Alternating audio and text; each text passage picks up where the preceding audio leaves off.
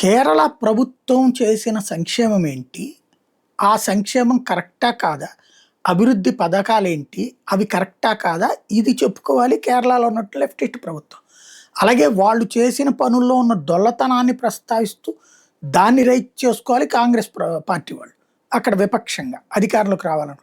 అదొదిలేసి ఎంతసేపటికి అక్రమ సంబంధపు రాజకీయాల గురించినే మాట్లాడుకుంటారు. స్వయంగా రాహుల్ గాంధీ వెళ్ళినప్పుడు ఆ ప్రభుత్వపు అవినీతి మీదన బంగారాన్ని దొంగ బంగారం స్మగ్లింగ్ జరిగింది.